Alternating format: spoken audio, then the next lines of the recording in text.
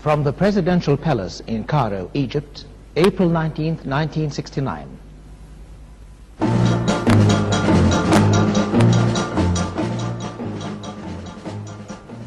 National Educational Television and the New York Times presents News in Perspective.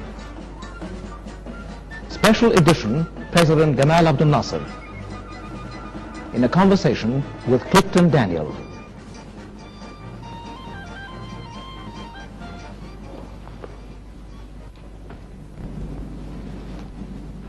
It was nearly 25 years ago that I first came to Egypt as a correspondent of the New York Times. Gamal Abdel Nasser was then an obscure young army officer. Now, still only 52 years old, he is president of the country, the United Arab Republic, and has been president for 15 eventful years. We are his guests tonight in the presidential palace. Since I left Cairo in 1947, 22 years ago, much has changed in this part of the world, and many things have changed for the better. But one thing has not changed: the bitter antagonism between the ancient Arab states and the newcomer in their midst, the State of Israel. 3 times the Arabs and Israelis have gone to war: in 1948, in 1956, and 1967. Now, efforts are being made by the United Nations and jointly by the United States, Britain, France, and the Soviet Union to make peace between the Arabs and the Israelis, to make peace before they take up arms again. Must there be a 4th round in the war? Can the peace efforts succeed? To answer these and other questions, we turn to the most important and most influential man in the Arab world, President Nasser himself, appearing on foreign television for the first time since the 1967 war. President Nasser, King Hussein of Jordan said in a speech in Washington recently that he was speaking with your personal authority when he offered Israel a 6-point settlement of the 1967 war. Do you wish to add to or elaborate upon the King's statement? Well, it was said by the news agencies and the press that in the press club in New York, King Hussein said these points. It was said that this was a new project for peaceful settlement between the Arabs and the Israelis. Well, I don't think that there is a new project for a settlement. There is only one project. This is the United Nations Security Council resolution of 1967. Of course, King Hussein and I have agreed about the implementation of this resolution. So there is nothing new. There is no new plan. Well, I think I agree with you that King Hussein's points were precisely the same ones that you gave to Newsweek in February in a conversation like this one. And they are based, I believe, clearly on the resolution of the United Nations. King Hussein was more specific, it seems, on only one point. And that is the point, I think, that attracted the greatest interest in the United States. He said, or implied, that Israel would get freedom of navigation through the Suez Canal in any settlement of the war. Is that, in your view, a correct interpretation of the 1967 resolution and of your own 6 points? Well, of course, according to the United Nations resolution, there are 2 main points. The first point was about the complete withdrawal of the Israeli armed forces from the occupied Arab territories.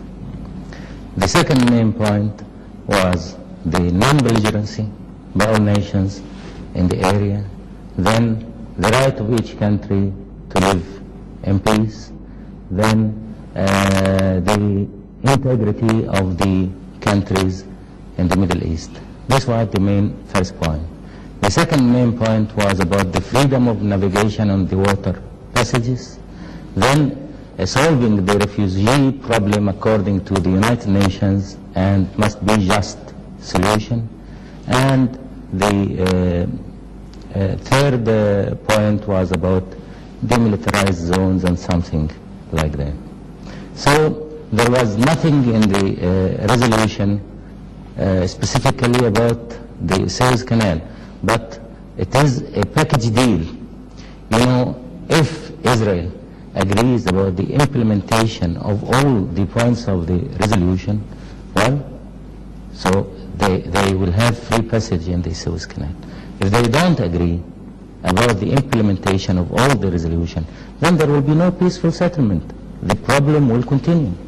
Let me be sure I am understanding your point now. The United Nations resolution referred to, I think, freedom of navigation on international waterways. Do you consider that the Suez Canal is an international waterway and should be free to all nations, assuming, as you say, that a peaceful settlement was reached with Israel? Yes. The Israelis, in case of a peaceful settlement with the Arab governments, would then be on the same footing as all other nations when it came to using the Suez Canal. You know, the problem between the Arabs and the Israeli is a problem going on for 20 years. I think many people in your country don't follow the reasons of the continuation of this problem for a long time. I was talking now just to the audience and speaking about the war of 1948. Well, there was a war in 1948. Some people under the Israeli propaganda accuse us of beginning this war, which is not true. I saw that in many of the newspapers and magazines in the United States. In 1948, well, there was the partition. There was the Palestinian state and the Jewish state. Before naming the Jewish state, this was decided in the United Nations. And on 15th of May, Britain decided to leave Palestine. Before the 15th of May, 1948, the Israelis attacked the Palestinian state. They occupied Jaffa. They occupied Akka. They occupied many territories of the so-called Palestinian state, which was really said by the United Nations. Well, this was the reason of the first war. The Arabs went on, of course, to secure the Palestinians and to help the Arabs in the Palestine state. What happened after that? There was the armistice agreement. But also there were United Nations resolutions by that time, after the war and during the war, that the refugees, the Palestinians who were expelled out of their country, return back and have compensation about the damages. Israel refused to implement this resolution. Then there was a resolution for a conciliation committee, and the Israelis agreed and the Arabs agreed to attend this conciliation committee. This was on 49. And we went there. The committee was formed from the United States, France, and Turkey. And still the committee until now in the United Nations. But after the first meeting, the Israelis refused to talk about the rehabilitation of the Arabs or the return of the Palestinians. This was the reason. We were insisting about the rights of the Arabs of Palestinians according to the United Nations resolutions. The Israeli refused, and that's why the problem continued for 20 years. From that time, the Suez Canal question continued also. Israel was not permitted to use the Suez Canal until they implement the United Nations resolution. They refused to implement the United Nations resolution. And so they are not permitted to use the Suez Canal until today. So the question is connected together. How do you think that a settlement, you say that if a satisfactory settlement were reached with Israel, then they could be given a normal place in the life of the Middle East, is I think what you're saying. How do you propose that the settlement should be reached? What would you say of the Yaring mission, the mission of Dr. Gunnar Yaring, the United Nations envoy? Is that the way to go about it, or should there be negotiations with Israel or an exchange of declarations? What is your view of the way the settlement should be approached? Well, of course, in order to reach peace, we have to give up, or the Israelis have to give up expansion. If they insist about expansion, there will be no peace. From the statements of all the Israeli leaders, they speak about expansion. Both Jerusalem, the Golan Heights, and parts from Sinai, and parts from the Western Bank. So if we want, or if the world community want peace, they must feel that peace don't mean expansion to any party. Then after that, Israel was created by the United Nations. So in order to achieve peaceful settlement, this must be through the United Nations. Through the United Nations? Yeah. Through the Yaring mission or through other means? Any means. It's the same. The Israelis, as you very well know, have repeatedly said that they want to sit down face to face with the Arabs. They prefer that method of approach, or keep saying that they do. What is wrong with that from the Arab point of view? I have just been in Paris, for example, where the United States is sitting down with the North Vietnamese and the Viet Cong. What is wrong with direct face-to-face negotiations? I might add that the negotiations in Paris are not proceeding very rapidly, but nevertheless they are going on. Well, of course, the question is different from the meetings of Paris. Now there is a nation, country with their armed forces occupying big part of the Arab territories, Sinai, the Western Bank of Jordan, the Golan Heights in Syria. So if we sit with them on a table to negotiate terms for peace, we'll be sitting on a table of capitulation. We'll be in the strong situation. And, well, they will ask, either we accept their terms, they will be in a position to dictate, or they will not leave the occupied territories. And, well, that's what they say today. They say today, either the Arabs do so and so and so, or will not evacuate the occupied territories. So, as I said, Israel was created by the United Nations. The United Nations was responsible about all these developments in this area, about all these troubles in this area. So we think better to have the peaceful settlement through the United Nations. Well, U Thant, the Secretary General of the United Nations, has just said in the past few days, as you know, that there has been no perceptible progress through the Yaring mission, and he doesn't think that Dr. Yaring will wish to continue for another year and a half to make efforts at a settlement.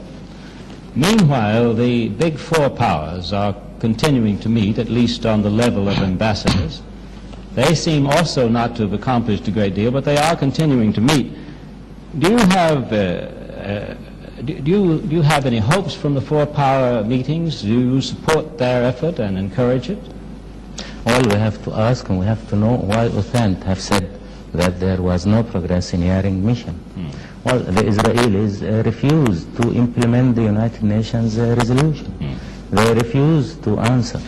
They insisted only about one question in their talks with Yaring, that the Arabs have to come and sit with us, and after that we are ready to say our points of view.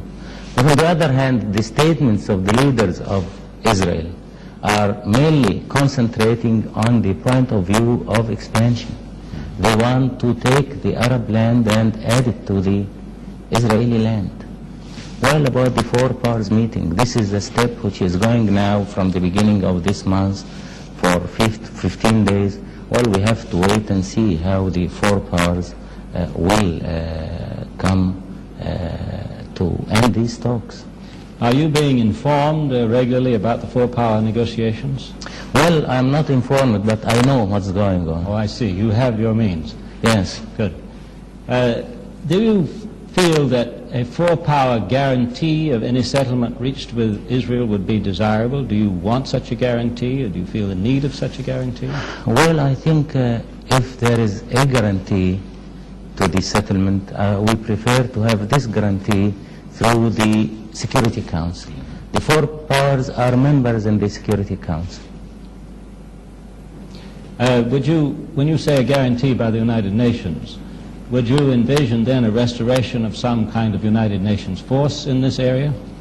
Well, of course, these are details. If we have United Nations forces in this area, these forces have to be according to our consent and according to the Israelis' consent.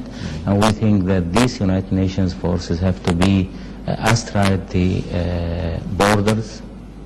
And, well, if there is peace really, if the Israelis agree to solve the two main problems, and the first main problem is the land, that is not to keep the occupied territory, and the second main problem is the people, the Palestinians.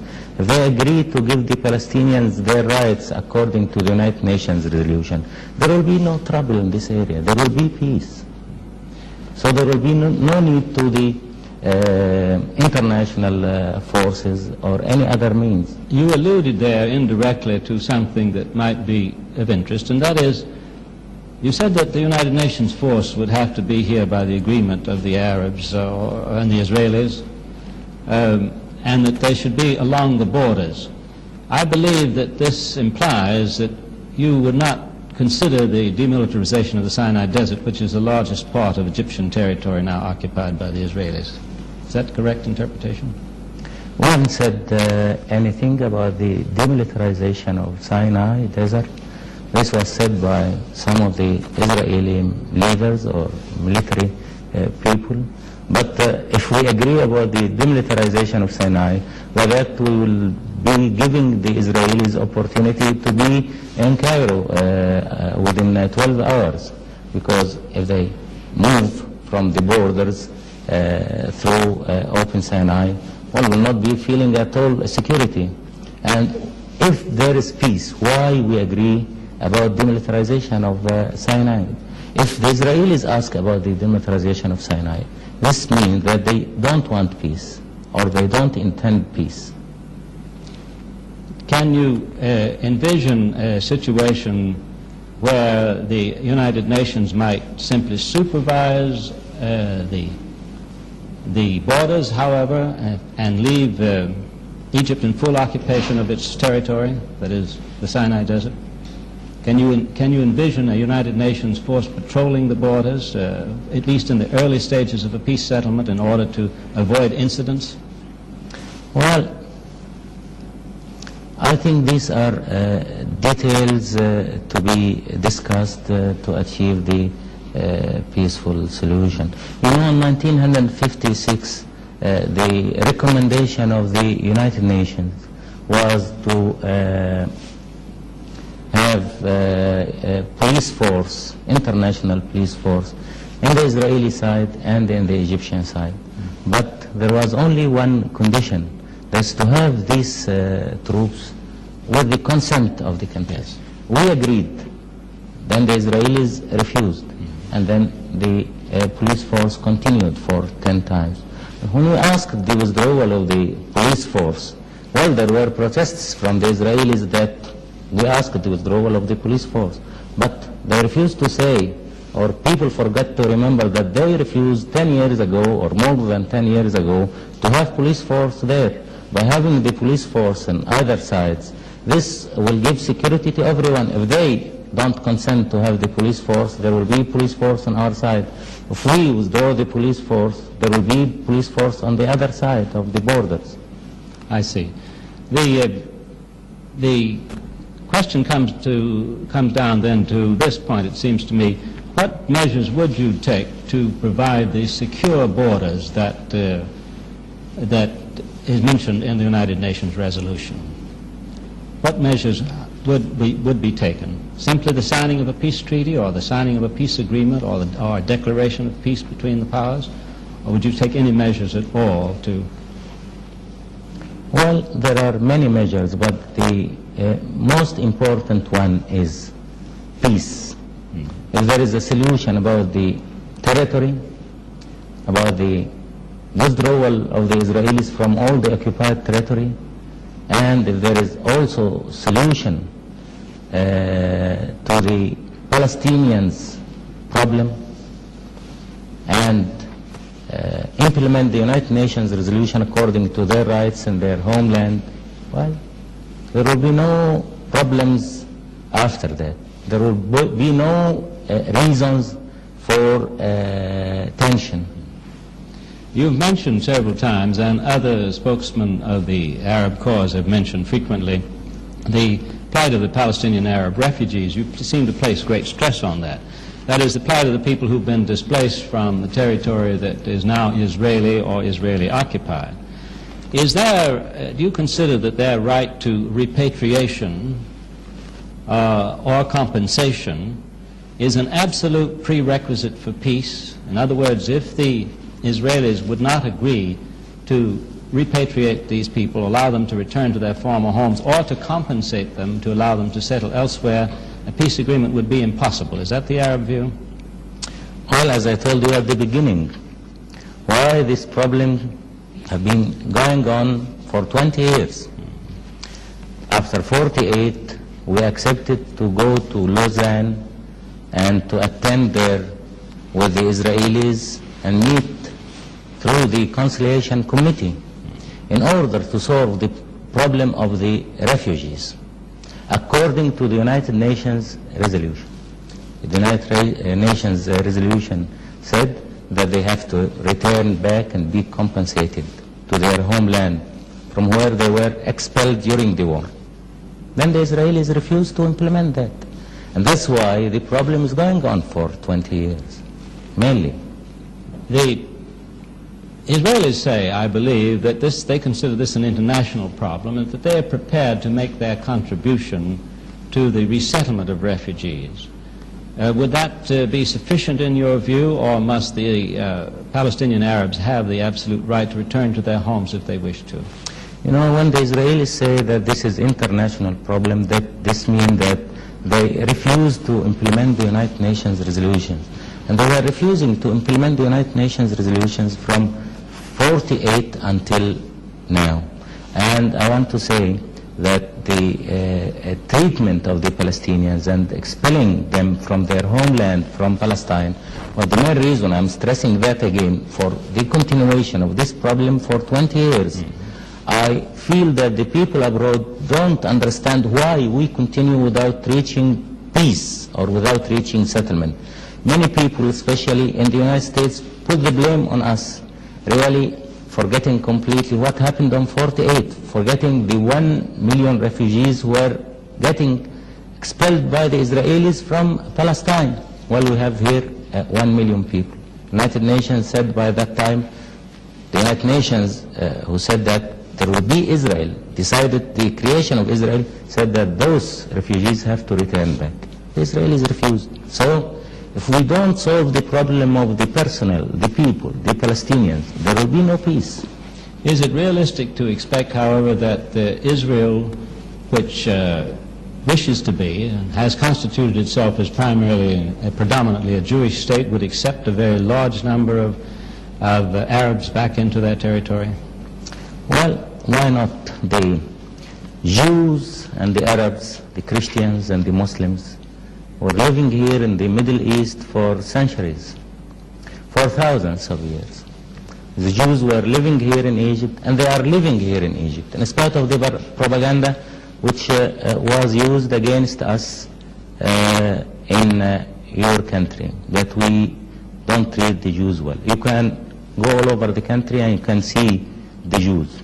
Some of them asked to leave the country, and we refused we agreed, and then they refused to leave the country, and they said that they want to stay. We arrested Jews, about 80 Jews, but we arrested also after the war Muslims and Christians for the security of the country. The Israelis now are arresting more than 7,000 Arabs from the occupied territories and Gaza. So I want to say again, the Jews and the Muslims, the Christians, the Arabs were living here for centuries. As a matter of information, how many members of the Jewish community in Egypt are left now? How many are still remaining? We have here about 5,000 Jews. About 5,000? Yeah. And how many, you say, under detention now? 80? About 80, yes. There were more than that, but some have been released. Yes. So I want to complete my explanation. We are living together, and there was no hatred. We said that it is well known, but I think some people have forgotten that we and Jews are cousins. Moses was born here in Egypt. We were always living in very good conditions. So why the Muslims and Christians, the Arabs and the Jews don't live together? Let me turn to a question now, if I may, of Arab unity. I believe I am correct in saying that only the United Arab Republic and Jordan have endorsed the United Nations resolution of 1967. Is that correct? The other Arab states have not lent their support to it. Lebanon, I think. Lebanon has. Yeah. Does this mean a disunity among the Arabs in their approach to the Israeli problem, or is there some other explanation of this? Well, of course, it is not a question of unity or disunity. It is a question of points of view. Everyone has his own point of view according to such a sensitive question like this question. Then it seems to me that it might be impossible, granting the position of Syria, which has refused to enter into any kind of discussions at all on this matter, that a settlement might have to be reached between one or two of the Arab states in Israel. Is that conceivable to you? Is there any objection to that from your point of view? That agreement might be reached, for example, by Jordan with Israel separately, or by the United Arab Republic with Israel separately? You know, if we agree about solving or settlement this question between Egypt and Israel alone, this means the continuation of the occupation of the Arab territory in western bank of Jordan and the Golan Heights. Then when we speak about the withdrawal of the Israeli armed forces from the occupied territory, we mean the occupied Egyptian and Jordanian and Syrian territory. So if they only withdraw from one country and continue on the other countries, there will be no solution or settlement. And that is clearly not satisfactory to you.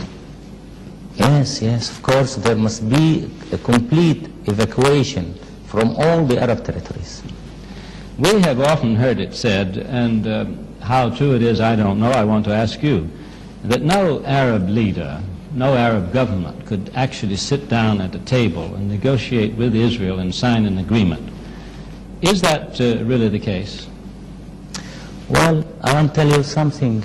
In 1949, on February, we sat with the Israelis on a table, and there was a representative of the United Nations, Punch, and we agreed about arms.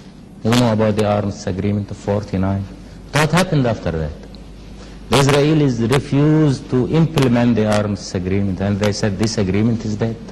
These are the Israeli agreements, and that's why we insist about the United Nations agreement on securing any settlement.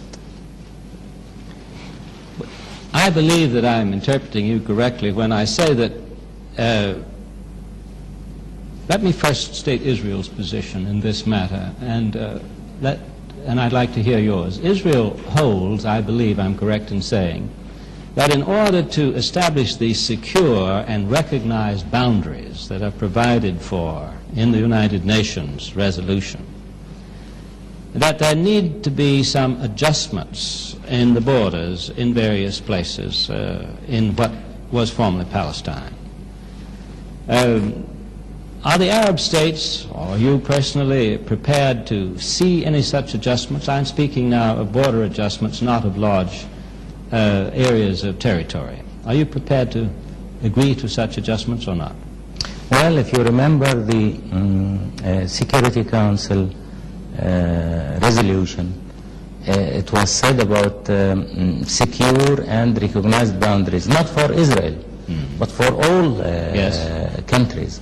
Now Israel is trying to give the impression that secure and recognized boundaries is only for Israel. So we have to reach agreement about secure and recognized boundaries in connection with the Israeli interests. But in the Security Council it was not mentioning the Israelis, it was mentioning all the areas. Then let me say something for you. Our borders were here for years and years, centuries. So how anybody could ask me to agree to give him adjustments in these borders, or on other way, give him parts from our territory. Let's put the shoe on the other foot for a moment. Is there any territory you want from Israel? From our borders, we don't want any territory. Specifically, I think the American public would like to know is whether the Arab states could agree to the continued Israeli control of East Jerusalem, the old city of Jerusalem. I know what King Hussein has said about that. I believe you may have said the same thing, but I'd like to hear it. Well, I said to you at the beginning, we have to speak either about peace or expansion. By what you said, the control, I say occupation of the old city of Jerusalem, this is expansion. No Arab or Muslim could agree about that. Have you considered what is said to be a United States proposal? I don't know that it's an official proposal, that the city of Jerusalem might remain unified under Israeli administration, but that there would be a special status there for Jordan or the Arab states generally. Has any such proposition been made to you? Have you heard of such a proposal? This was in the American working paper. It was in the American working paper? Which was represented to the... submitted to the Yaring mission. Big powers, I think. Oh yes, for to the big, four powers, yes. powers.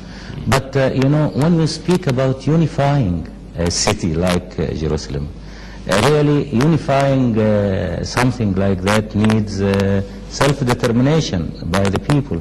If you unify the old city of Jerusalem with the Israeli city of Jerusalem, in spite of the will of the people of old Jerusalem, this will be occupation, this will be dictation, not unification.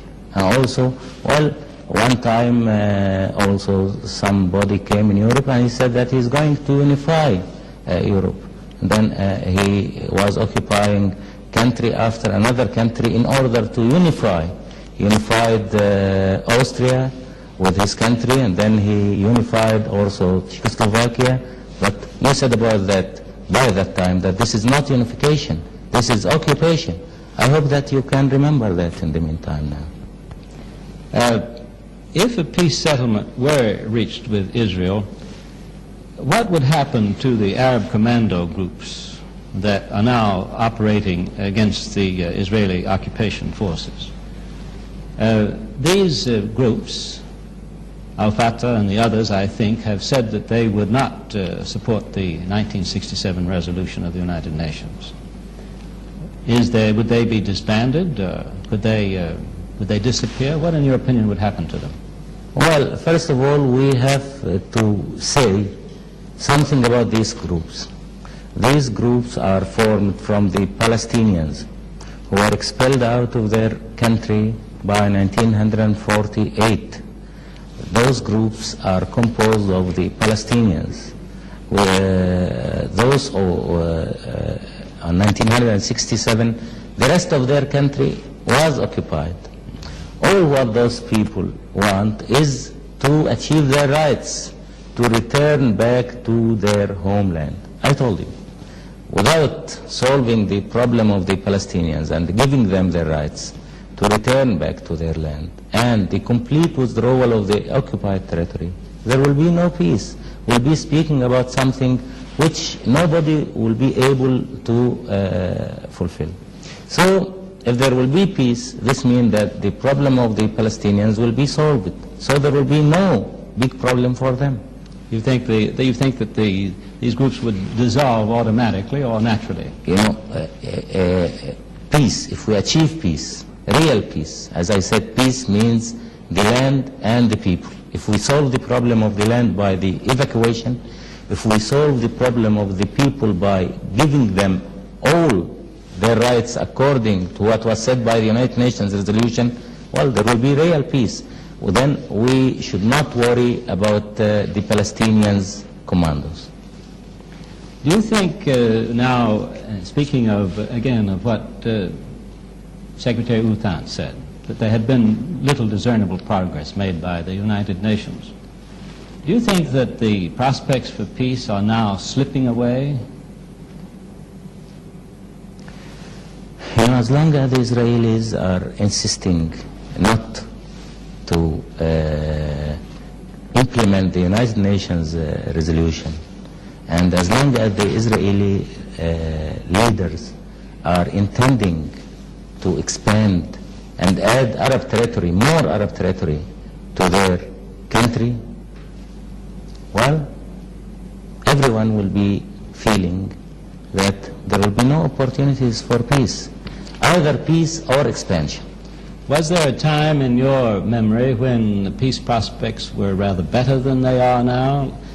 Looking back, I had personally the idea that in 1957 the prospects for peace were rather better than they are now, and that they were better at the time of the United Nations debate in 1967 than they are now.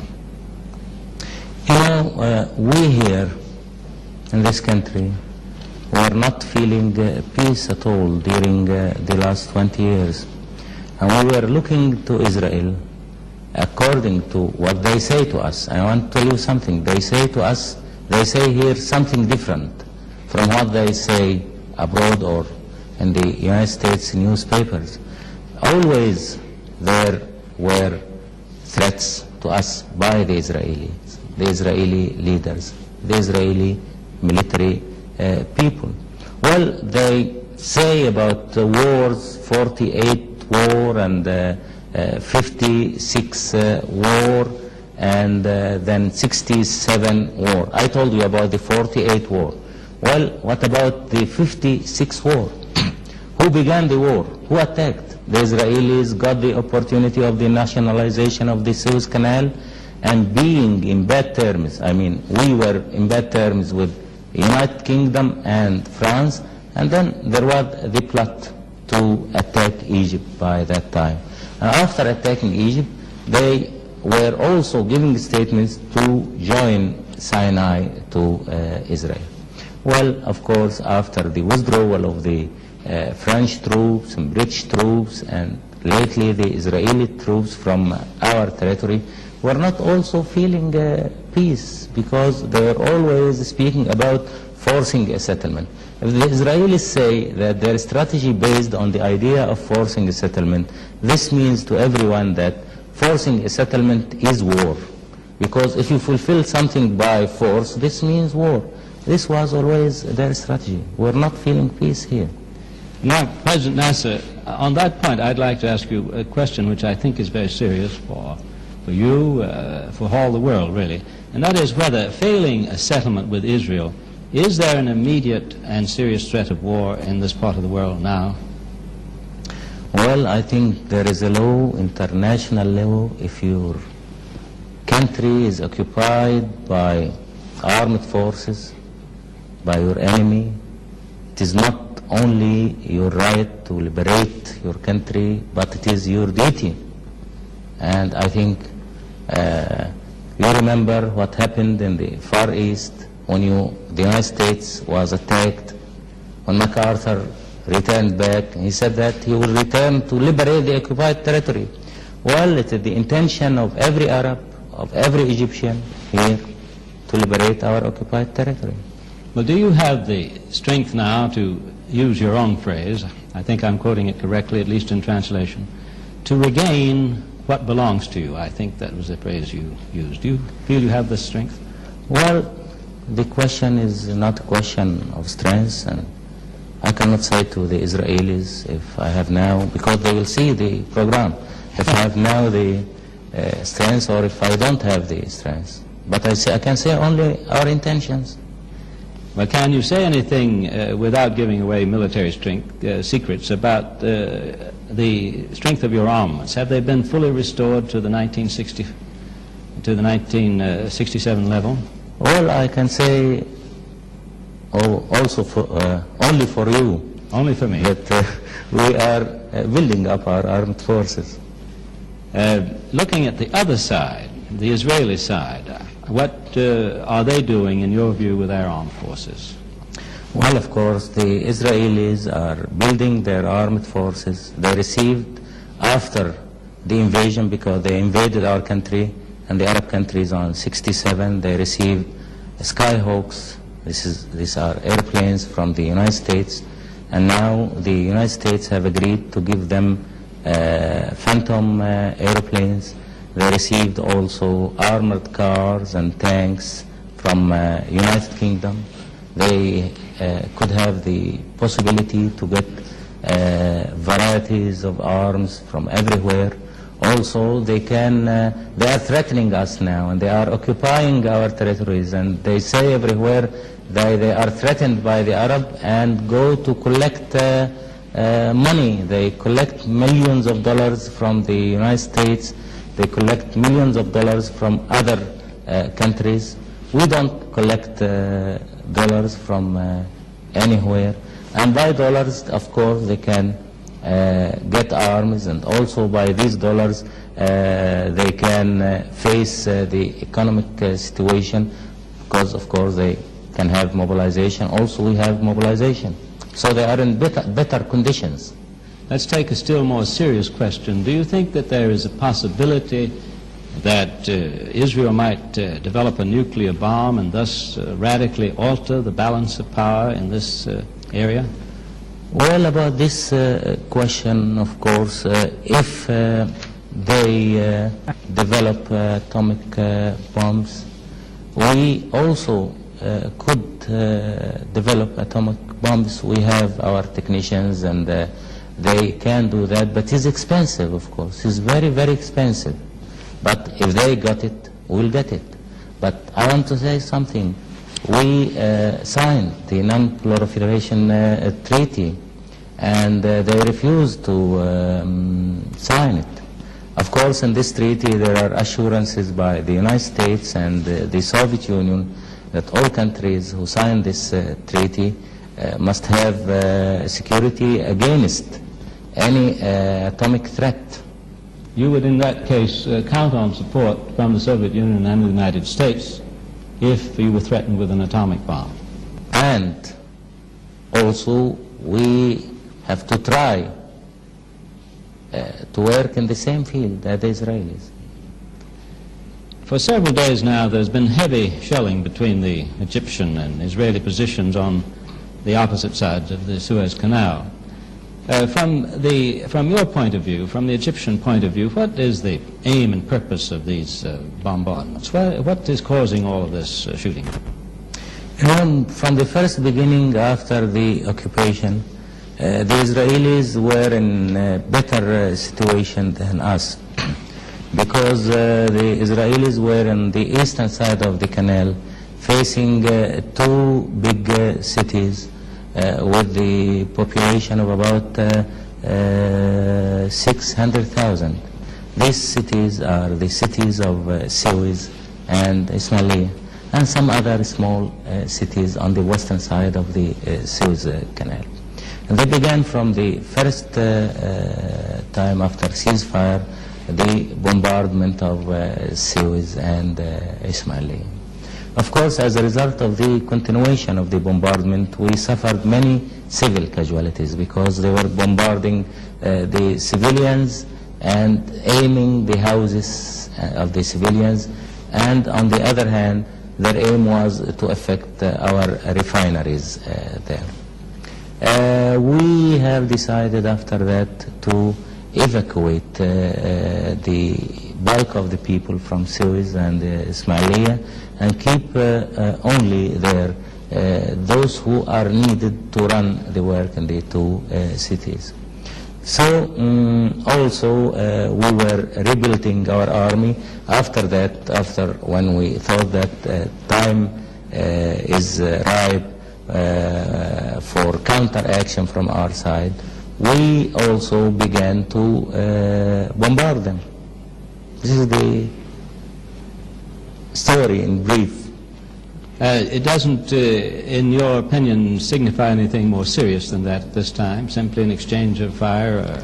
Well, we think that our plan was based on three main points: defensive, building up the defensive situation, then turning from the phase of the defense to the phase of retaliation, and then after the phase of retaliation, we have to enter the phase of liberation.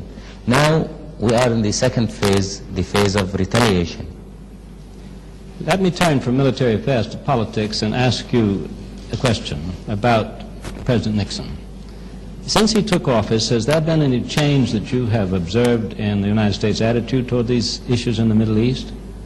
Is American policy, to use Governor Scranton's phrase, which has now become so familiar, is American policy more even-handed in your view? Well, of course, the first thing which we feel that we are not dealing with Rostov brothers. Rostov brothers, I think you know them. One of them was in the White House, the other one was in the State Department. They were representing the point of view of Israel, not the point of view of the United States. Excuse me by saying that, but this was our impression. And also, you know, your representative in the United Nations by that time was defending Israel more than the Israeli representative. This was Goldberg. After leaving their posts, of course, they are now giving statements which are clearly let one know that they support 100% the point of view of Israel. Now, well, we don't have the Rostov brothers, we don't have Goldberg. There is a new administration and new people dealing with the question, but just beginning. Do you think this is an appropriate time for you to reestablish diplomatic relations with the United States? Well, I want to tell you something. Of course, we like to have diplomatic relations with the United States. But of course, in order to have these diplomatic relations with the United States, there should be a change, of course. Until now, there was no change in the policy of the United States. All what we want from the United States to be fair and to be just in dealing with this problem. We don't want the United States policy to be in our side. We don't want the United States policy to support us against the Israelis, but we want the United States policy to be just in dealing with the problems. We want even-handed, as it was said when Governor Scranton visited us before January. And the answer seems to be that you are not yet convinced that American policy is such that you would want to reestablish relations just now. Well, of course, the main point is the occupation and the evacuation of the Israeli armed forces. Of course, in order to establish relations, there must be a clear situation by the United States. And it is a question which is affecting our internal policy, because we will say to our people, we will resume the relations because of so and so. So we wait for that to happen. Do you think then that the United States is in position to require the Israelis to withdraw? We hope so.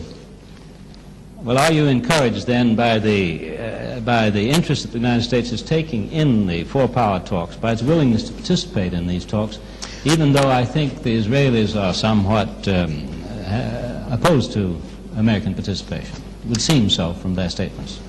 Well, I want to say something. When Yaring was appointed, it was clear to everybody that he will continue for more than a year and a half, and he continued for more than 1 year and a half without reaching any solution. Well, let us hope that the four-power talk don't continue for 2 or 3 or 4 years. The Conciliation Committee, which was appointed by the United Nations on 49, is still alive until now without any result. Something what happened in the past about the Israeli-Arab problems was that committees, meetings, discussions begin, but they don't come to an end. Turning to another aspect of foreign policy, your critics, as you are well aware, say that the Soviet Union, through military and economic aid to this country, now dominates the United Arab Republic, and that you've in effect given Moscow a strategic foothold in the Mediterranean. What is your observation on that criticism? You know, this is not a new criticism. If you remember what was said about us on 55, especially in the New York Times. You know, this was said in the New York Times. You have to refresh my memory. In the New York Times on 55, when we reached the arms deal with the Soviet Union, it was said that this will put us under the domination of the Soviet Union and so on. And I had interviews after that with the editors from the New York Times said this will not happen. Then when we reached agreement with the Soviet Union about building the high dam after the withdrawal of the offer of financing the high dam by the United States, it was said also in the newspapers, including the New York Times, that will be under the influence of the Soviet Union. And we got for the high dam 5,000 technicians participated with us. Now, after 9 years, we have finished the high dam. The Soviet technicians have returned back to their countries, leaving only now here about 300. They will go next year after ending the having the turbines in the high dam, but nothing have been done. That's to say, to be under the influence of the Soviets. Then after 67, it was said so, and you say that now. But after 67, the Soviet Union really helped us. We lost all our army. Well, many countries have lost their armies before. Well, during the Second World War, the United States have lost their navy in Pearl Harbor completely. But they were able to study after that. We lost our army, and we were in need, of course, to have new arms and to rebuild our armed forces. The Soviet Union have agreed to give us. Then we asked them to give us technicians. They agreed. We have technicians now. And we asked them about many things, to help us in the economical field, to give us raw materials, supply us with wheat. They agreed about that. Well, how they can influence us? This is the question. And about what you said about having food, strategic food in the Mediterranean. Well, the Soviets are there, the Soviets were there, and the Soviets will be there. Soviet Union is a big power. And a big power for the first time, I suppose, in history in the Mediterranean. Well, they were very clever to be a big power in the Mediterranean in order not to have the Mediterranean only for one country. And I want to tell you something. The Israelis said that they get assurances from President Johnson that the Sixth Fleet is ready for their help if they need it. This was said by the leaders of Israel. Well, before we end this conversation, President Nasser, I think we should take advantage of what is really a rare opportunity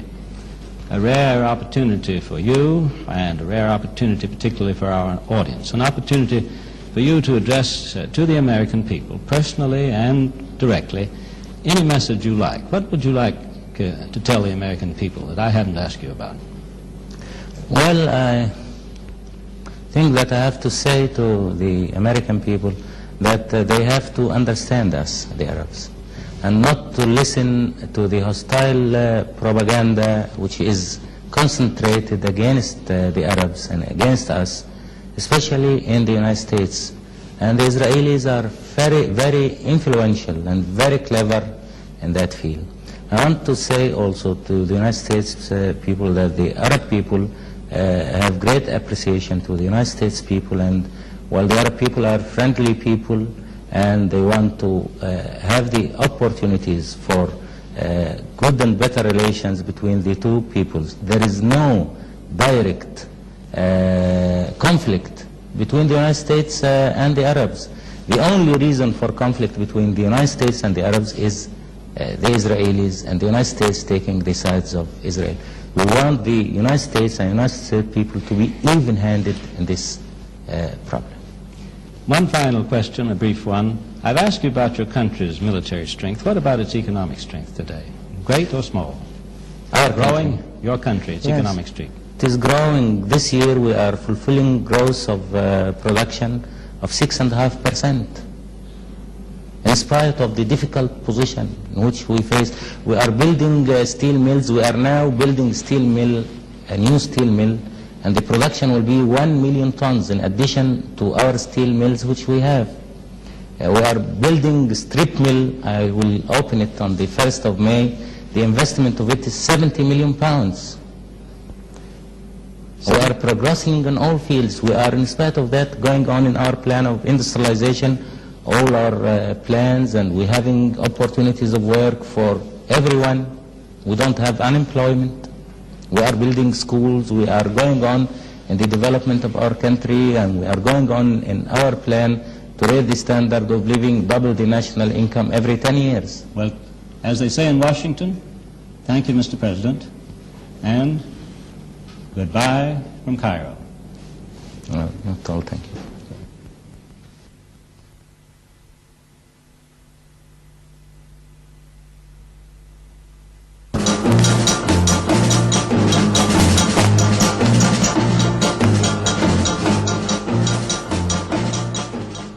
National Educational Television and the New York Times has presented News in Perspective.